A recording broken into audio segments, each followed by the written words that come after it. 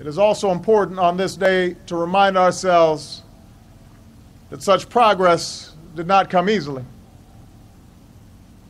That Dr. King's faith was hard-won, that it sprung out of a harsh reality and some bitter disappointments. It is right for us to celebrate Dr. King's marvelous oratory, but it is worth remembering that progress did not come from words alone. We know from his own testimony the doubts and the pain this caused him, and that the controversy that would swirl around his actions would last until the fateful day he died. Change has never been simple or without controversy. Change depends on persistence. Change requires determination. It took a full decade before the moral guidance of Brown versus Board of Education was translated into the enforcement measures of the Civil Rights Act and the Voting Rights Act, but those 10 long years did not lead Dr. King to give up. He kept on pushing. He kept on speaking. He kept on marching until change finally came. Let's take those victories and broaden our mission to achieve not just civil and political equality, but also economic justice. In other words, when met with hardship, when confronting disappointment, Dr. King refused to accept what he called the isness of today. He kept pushing towards the oughtness of tomorrow,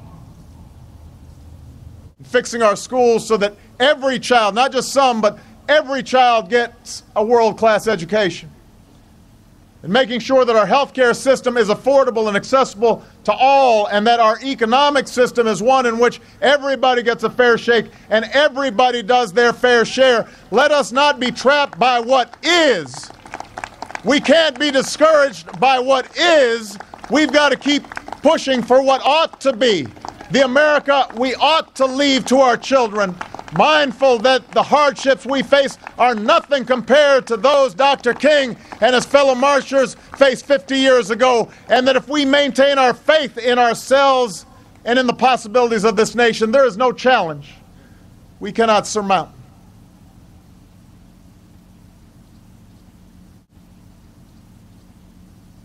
Just as we draw strength from Dr. King's struggles,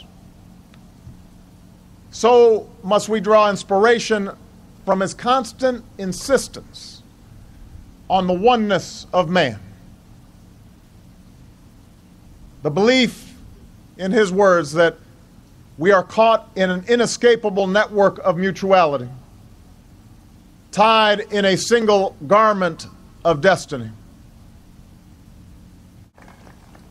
To say that we are bound together as one people and must constantly strive to see ourselves in one another is not to argue for a false unity that papers over our differences and ratifies an unjust status quo. As was true 50 years ago, as has been true throughout human history, those with power and privilege will often decry any call for change as divisive. They'll say any challenge to the existing arrangements are unwise and destabilizing. Dr. King understood that peace without justice was no peace at all. That aligning our reality with our ideals often requires the speaking of uncomfortable truths and the creative tension of nonviolent protest. It's precisely because Dr. King was a man of flesh and blood and not a figure of stone that he inspires us so. His life, his story tells us that change can come if you don't give up. He would not give up no matter how long it took, because in the smallest hamlets and the darkest slums, he had witnessed the highest reaches of the human spirit. Because in those moments when the struggle seemed most hopeless, he had seen men and women and children conquer their fear. Because he had seen hills and mountains made low, and rough places made plain, and the crooked places made straight, and God make a way out of no way. And that is why we honor this man, because he had faith in us.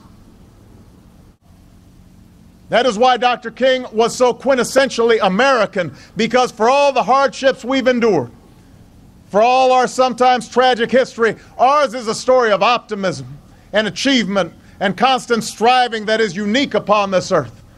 And that is why the rest of the world still looks to us to lead.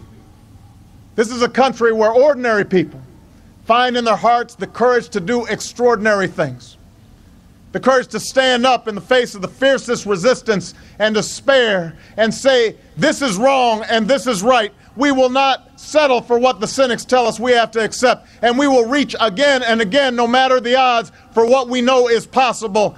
That is the conviction we must carry now in our hearts. As tough as times may be, I know we will overcome. I know there are better days ahead. I know this because of the man towering over us. I know this because all he and his generation endured. We are here today in a country that dedicated a monument to that legacy. And so, with our eyes on the horizon and our faith squarely placed in one another, let us keep striving. Let us keep struggling. Let us keep climbing toward that promised land of a nation and a world that is more fair and more just and more equal for every single child of God. Thank you. God bless you, and God bless the United States of America. Great job.